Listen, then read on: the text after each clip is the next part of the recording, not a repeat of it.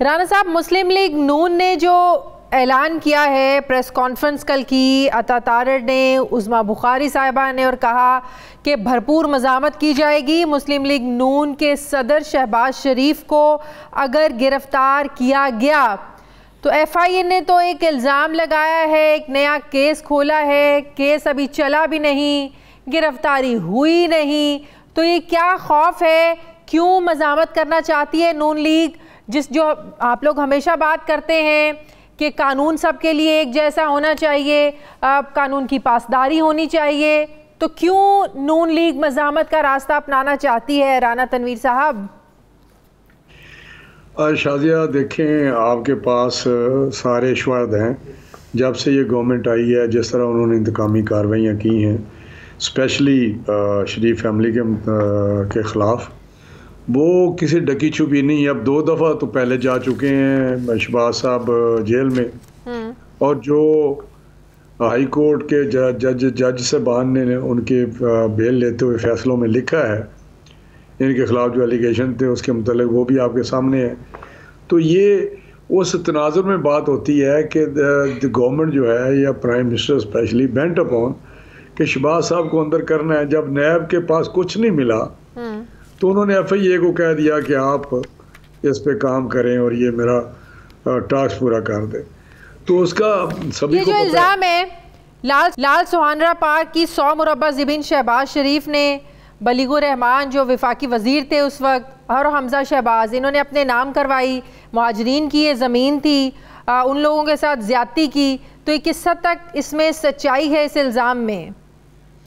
कुछ भी नहीं। वहाँ पे जो गरीब लोग रहते थे, काफ़ी फैमिलीज़ रहती हैं वहाँ पे मज़ारों की, तो वहाँ पे उन्होंने बाकायदा, जब उन इतने सालों से रह रहे हो, वो कर रहे हैं उस पर काम, वो लोग पता नहीं कितने 100 साल से या 50 साल से या उधर बैठे हुए हैं, तो उनको मालकाना हकूक़ देने की बात हुई, तो उसकी बाकायदा पूरी की पूरी हर जो रेलेवेंट डिपार्टमेंट था उसकी उस पर समरी पे ओपिनियन आई, और फिर कैबिनेट से हुई। बल्कि जब कैबिनेट में पहली दफ़ा आया तो उसमें लॉ डिपार्टमेंट की शायद इनपुट नहीं था, तो फिर दोबारा वापस की गई कि उसका भी इनपुट होना चाहिए। तो फिर वो उसके साथ ये ज़मीन अपने नाम करवाई थी शहबाज शरीफ साहब ने, हमजा ने, बलीगुर रहमान साहब? बिल्कुल नहीं, उन लोगों को दी है जो वहाँ पे साल से उस पे। तो फिर तो साबित करना कोई मुश्किल नहीं है। अगर एक चीज़ नाम ही नहीं है हमजा शहबाज के, शहबाज शरीफ साहब के, तो फिर डर कैसा, खौफ कैसा? फिर तो आप लोगों को चाहिए, आप लोगों को एक और मिल रहा है इस हुकूमत को एक्सपोज करने का, नैब को एक्सपोज करने का, जो बात हमेशा से आप कहते आए कि पहले केसेस में भी हुकूमत एक्सपोज हुई है, चाहे वो शाहिद खाकान अब्बासी का हो, एहसन इकबाल का हो, राना सनाउल्लाह का हो, शहबाज शरीफ का हो, हमजा शहबाज का हो। एक और मौका सही, एक्सपोज होने दें फिर। हाँ, नहीं, वो जो नैब की बात कर रहे हैं ऐसे बालपुर वाली ज़मीन की, तो वो तो हम खुद भी हंस रहे हैं कि यार ये क्या, इन्होंने पहले भी इस पर भी ये काम कर चुके हैं और दोबारा भी कर लें। ये बात आप कर रहे हैं FIA की, जो FIA ने एक किया हुआ है वो प्रॉब, उस पर एक केस उनके पास भी है जिस पे वो लगे हुए हैं, जिसके साथ शहबाज साहब का कोई वास्ता नहीं है। वो बिजनेस के साथ शहबाज साहब का कोई वास्ता नहीं रहा, तो उनके ऊपर भी यह है कि जी आप भी इन्वॉल्व रहे हैं, क्योंकि उनका किसी जगह पे डायरेक्टर या किसी सूरत में उनका नाम है। राना साहब, स्ट्रेटजी क्या है? हमने वो मनाजिर भी देखे हैं जब मरियम नवाज साहिबा नैब में पेश होने जाती हैं, फिर पथराव की एक कहानी शुरू हो जाती है, वहाँ पे अजीब हमें वो मनाजिर देखने को मिलते हैं, नैब फिर गिरफ्तार नहीं करता। तो कैसे आप लोग मज़ामत कैसे करेंगे, क्या करेंगे आप लोग, स्ट्रेटजी क्या है? कानून के आगे तो आप लोग खड़े नहीं हो सकते। स्ट्रेटजी तो आपको अभी क्या बताएं, अभी स्ट्रेटजी जो होगी वो बताई जाएगी पार्टी को जब वो टाइम आएगा।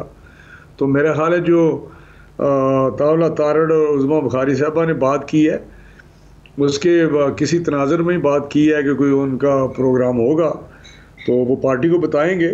लेकिन मैं तो बात कर रहा हूँ इंतकामी कार्रवाइयों की जो जारी हैं, और स्पेशली शहबाज साहब के ख़िलाफ़ काफ़ी उनका फोकस है, या परेशानी है शहबाज साहब से कि ये अगर बाहर रहे तो शायद उनको पॉलिटिकल एक थ्रेट है प्राइम मिनिस्टर को या इस गवर्नमेंट। एक तरफ इस तरह के चैलेंजेस है राना साहब, केसेस के गिरफ्तारियां मंडला रही हैं सर पर, नए नए केसेस खुल रहे हैं। दूसरी तरफ पार्टी के अंदर की जो चपकलिश है वो भी खत्म नहीं हो रही है। वाजे अब दो धड़े जो हैं, पहले तो सिर्फ बातें होती थी, अब चीज़ें सामने खुलकर आना शुरू हो गई हैं। शाहिद खाकान अब्बासी अब वजाहतें मांगते हैं शहबाज शरीफ साहब ने कि उन्होंने किस तनाजुर में बात की 2018 के इलेक्शन हारने की। फिर आप टीवी पर आते हैं, आप कहते हैं कि शहबाज शरीफ के खिलाफ सोच कर समझ कर बात करें। शाहिद खाकान अब्बासी साहब, प्राइम मिनिस्टर रहने का ये मतलब नहीं है कि आप कुछ भी बोलते जाएं। तो एक वाजे चीज़ें सामने आना शुरू हो गई हैं कि एक तरफ तो केसेस से निपट रहे हैं, दूसरी तरफ अपनी अंदर की जो आपकी चपकलिश है वो भी बढ़ रही हैं। नहीं, मैं बताऊं शादिया कि जो पार्टी का जो अंदर की बात है वो कोई इख्तलाफ तो नहीं है, लेकिन राय अपनी अपनी। अब ये तो ना कहीं इख्तलाफ तो है राना साहब, नहीं इख्तलाफ नहीं, करने में क्या है, राय मुख्तलिफ है। हाँ। लेकिन शायद साहब वही मैं कहता हूँ कि बड़े वो प्राइम मिनिस्टर रहे हैं, उनको इस किस्म की बात टीवी पे नहीं करनी चाहिए और शायद वो आइंदा ना करें। पार्टी के जो भी है मामला, तो इख्तलाफ हो सकता है, मुझे शायद साहब से हो सकता है, किसी को शहबाज साहब की प्रपोजल से या राय से इख्तलाफ हो सकता है, तो पार्टी में बैठ के बात होती रहती है जब भी मीटिंग हो। शाहिद खाकान अब्बासी साहब जिस तरीके से जिस तरह बात करते हैं वो साफ वाजे होता है कि वो मरियम ग्रुप की तरफ से बात कर रहे हैं। आप जैसे लोग जब सामने आते हैं तो साफ पता चलता है कि शहबाज ग्रुप की तरफ से बात करें। तो ये तासुर अगर लोगों के जहनों में है तो इसके पीछे कोई तो वजह है ना राना साहब?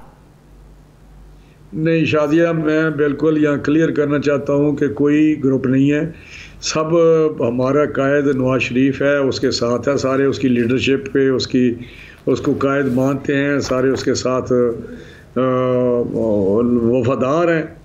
तो बाकी रही बात नीचे की, तो नीचे देखिए पार्टी जब भी बैठती है, चाहे उसको नवाज शरीफ साहब भी हो, तो बात होती है कि इस तरह होना चाहिए, मसाइल इतने ज़्यादा हैं, उनका हल इस तरह होना चाहिए, इस तरह होनी, पॉलिटिकल स्ट्रेटजी बनाई जाती है।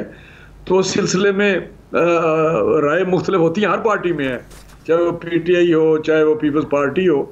लेकिन उनको ये कहना कि हमारी ग्रुप बंदी जब कायद के तक जाती है तो हर चीज़ खत्म हो जाती है। अच्छा, एक आखिरी सवाल का जवाब दे दें। सनाउल्लाह ज़हरी, अब्दुल कादिर बलोच छोड़ दी पार्टी आप लोगों की, पीपल्स पार्टी में हुए ये शामिल और कहा कि नवाज शरीफ में तो वफा है ही नहीं, इन लोगों के लिए बड़ी कुर्बानियाँ दी हम लोगों ने।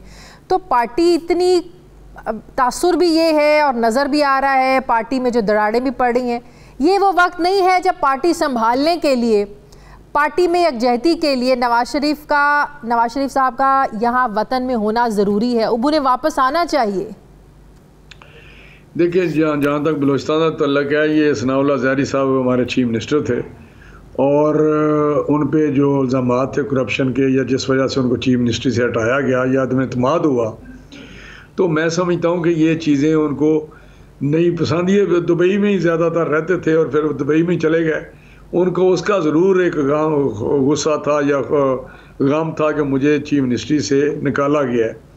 तो जो कादिर बलोच साहब हैं, जनरल साहब, वफा उनमें नहीं है कि वो एक फेडरल मिनिस्टर हमारे रहे हैं। और अभी तो आप कह रहे हैं जिस शख्स को करप्शन की वजह से निकाला गया, पीपल्स पार्टी ने उसको गले लगा लिया, पीपल्स पार्टी को कोई फर्क नहीं पड़ता। कादिर बलोच साहब खुद भी, मैं आपको बताऊं कि कादिर बलोच साहब उस ट्राइब से हैं जिसके सरबराह सनाउल्लाह ज़हरी साहब हैं, वो उनके साथ खड़े नहीं हो सकते सामने, लिहाजा वहाँ जहाँ जाएंगे वो चले जाएंगे।